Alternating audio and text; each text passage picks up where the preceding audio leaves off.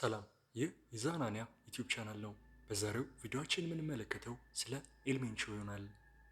ስለዚህ በቀጥታ ወደ ቪዲዮ እንሂድ። ኔሜሲዮ ኦሴጌራ ሴርቫንቴስ በጁላይ 17 1966 ነበረ ሚቾዋካን ውስጥ የተወለደው። ይህ ልጅ ትክክለኛ ስሙ ኔሜሲዮ ወይንም ሩበን ይባላል። አንዳንዶች ሲወለድ የተሰጠው ስም ሩበን ነው፣ ነገር ግን የክርስትና አባቱን ለማስታወስ ኔሜሲዮ እንደሚባል ይናገራሉ። አሁን ላይ ግን ሁላችንም የምናውቀው ኤልሜንቾ የሚለውን ስሙን ነው። በሀገሩ ሜክሲኮ የዶሮዎች ድብድብ ማየት ስለሚወድ የዶሮዎቹ ጌታ ወይንም ዘ ሎርድ ኦፍ ዘ ሮስተር እያሉ ይጠሩታል። ኤልሜንቾ በድሃ ቤተሰብ ውስጥ ያደገ ሲሆን ቤተሰቡ የአቮካዶ እርሻ ነበራቸው። ኤልሜንቾ 5 ወንድሞች ያሉት ሲሆን ጆዋን፣ ሚጌል፣ አንቶኒዮ፣ ማርቲን እና አብርሃም ይባላሉ። እና እሱም እስከ 5ኛ ክፍል ከተማረ በኋላ ትምህርት ይበቃኛል በማለት ትምህርቱን አቋርጧል። ትምህርቱንም በማቆም ግብርና ጀምሮ ነበር። ኤልሜንቾ ገና በ14 ዓመቱ ነበረ የእጽ ማሳዎችን ይጠብቅ የነበረው። ከትንሽ ዓመታት በኋላ ኑሮዬን እቀይራለሁ በማለት ወደ አሜሪካ በመሰደድ ካሊፎርኒያ ውስጥም ኖሯል። በ1986 ሳን ፍራንሲስኮ ውስጥ በሚኖርበት ጊዜ የተቀባበለ ሽጉጥና የተሰረቀ ዕቃ ይዞ በመገኘቱ ገና በ19 ዓመቱ ይታሰራል። እሱም ከታሰረ ከሁለት ወራቶች በኋላ ነበረ የመጀመሪያ ልጁ የተወለደው። እናም በዛም ያላበቃው ኤልሜንቾ በ1989 እዛው ካሊፎርኒያ ውስጥ እጾችን ሲሸጥ ተገኝቶ ይታሰራል። ከታሰረም ከወራቶች በኋላ ወደ አገሩ ሜክሲኮ ተጠርዞ ይላካል። ደፋሩ ኤልሜንቾ ግን በዛ አላቆመም። በድጋሚ ወደ አሜሪካ በመግባት እዛው ካሊፎርኒያ ውስጥ መኖር ጀምሯል። እና ግን በሴፕቴምበር 1992 በእጽ ጋር በተያያዘ ጉዳይ በድጋሚ ይታሰራል። እንደ ፍርድ ቤት መዝገብ ከሆነ ኤልሜንቾ ከወንድሙ አብርሃም ጋር በመሆን ኢምፔሪያል የተባለ ባር ውስጥ ሄሮይን ለመሸጥ የተደራደረ ነበር። 5 ግራም ሄሮይንም በ9500 ዶላር ነበረ ሊሸጡ የሚደራደሩት። ድርድሩንም የሚያስኬደው ወንድሙ አብርሃም ነበር። በጊዜው ኤልሜንቾ ስራው በር ላይ ቆመው ፖሊሶች መምጣት አለመምጣታቸውን ቼክ አውት እንዲያደርግ ነበረ። በሰዓቱ ኤልሜንቾ 26 ዓመቱ ሲሆን ከወንድሙ አብርሃምም በጣም ያንስ ነበር። እና ግን በዚህ ሰዓት እድሜ ቁጥር ብቻ እንደሆነ የሚያስረዳ አንድ ነገርን ያደርጋል። ሄሮይኑን በሚገባ ለገዢው ከሰጡት በኋላ ገዢው የታሰረ ብር ይሰጣቸዋል። ነገር ግን ሊሰጣቸው የሚገባው የተፈታ ብር ነበር። ይህንንም ያስተዋለው ኤልሜንቾ የፖሊሶች ሴራ እንደሆነ ይገባዋል። ይህ ዝውውር ከተፈጸመ ከ3 ሳምንታት በኋላ ሁለቱም ኤልሜንቾም አብርሃምም ይታሰራሉ። በሚያዙበት ጊዜ ኤልሜንቾ እኔ ንጹህ ነኝ እያለ ሲናገር ነበር። ኤልሜንቾ እኔ ዝውውሩ ላይ የለሁበትም፣ ስለዚህ እኔ ንጹህ ነኝ፣ ጥፋት የለብኝም ሲል ተናገረ። ፖሊሶች ግን እሱም አንቀበልም በማለት 2 ምርጫዎችን ይሰጡታል። የመጀመሪያው ምርጫ አንተ ጥፋተኛ ካልሆንክ ወንድምህ አብርሃም ከዚህ በፊትም ወንጀል አለበት፣ ስለዚህም እድሜ ልክ እናስረዋለን እያሉት ነበር። ይህንን የሰማው የኤልሜንቾ ጠበቃም ወንድምህ እድሜ ልክ እንዳይታሰር እኔ ነኝ ጥፋተኛ ብለህ መናገር አለብክ ብሎ ነገረው። ኤልሜንቾ እኔ ነኝ ጥፋተኛ ብሎ 5 ዓመት ተፈረደበት። ነገር ግን ከ3 ዓመት በኋላ ከእስር ተለቆ ወደ ሀገሩ ዲፖርት ተደርጓል። በሰዓቱ 30 ዓመት ሆኖት ነበር። እሱም ወደ ሀገሩ ከገባ በኋላ ለትንሽ ጊዜ በፖሊስነት ሰርቷል። ብዙም ሳይቆይ ግን ሚሊኒዮ ካርቴል የሚባለን ይቀላቀላል። ኤልሜንቾ ከሚሊኒዮ ካርቴል ጋር ለመዛመድ አንዲትን የካርቴሉ አስተዳደር እህት አግብቷል። እናም በዚህ ግሩፕ ውስጥ ነበረ ብዙ ነገርን የጀመረው።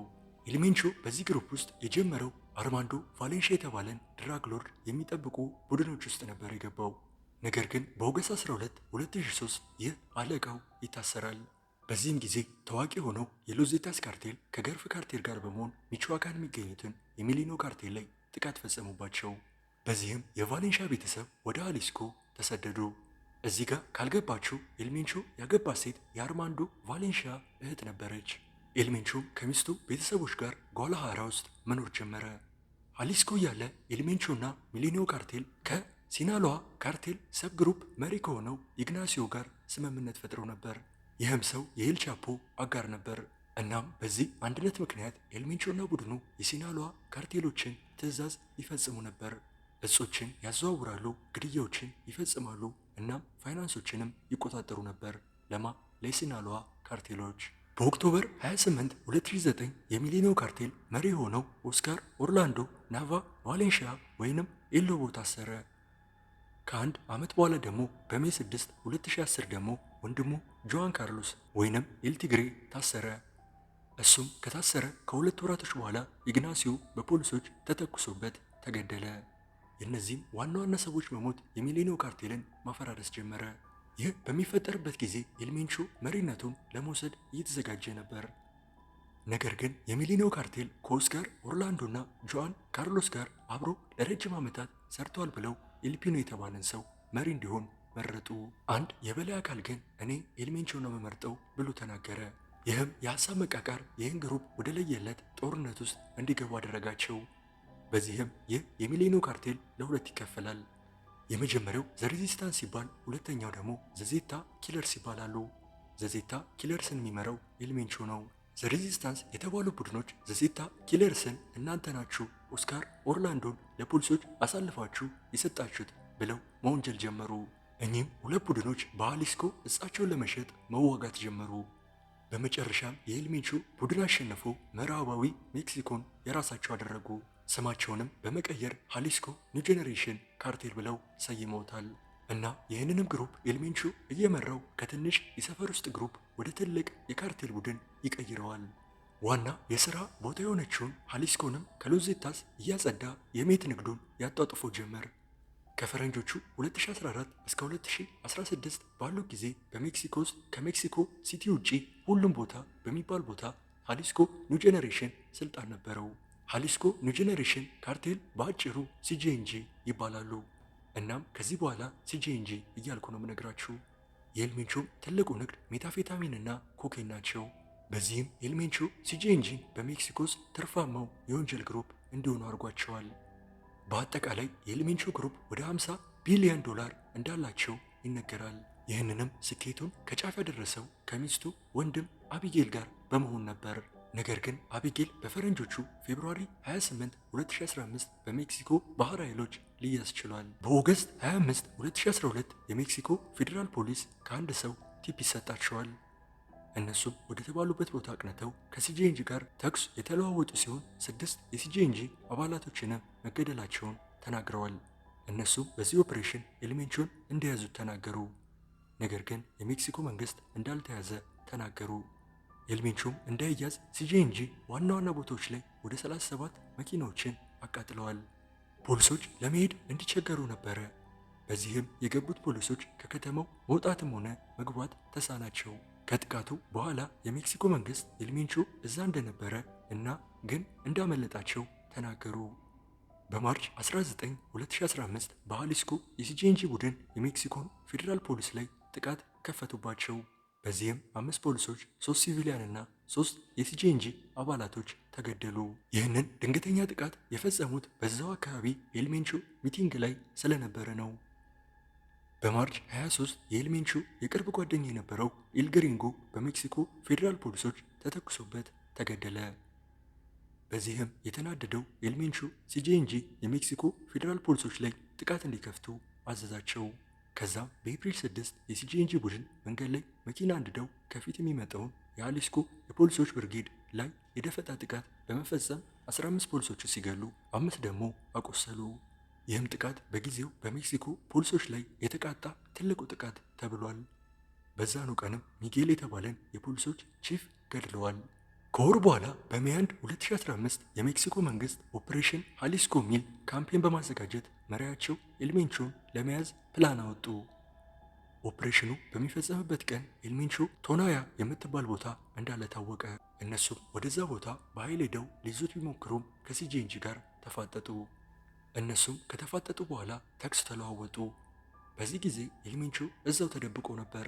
The latest cartel target, Mexico's military.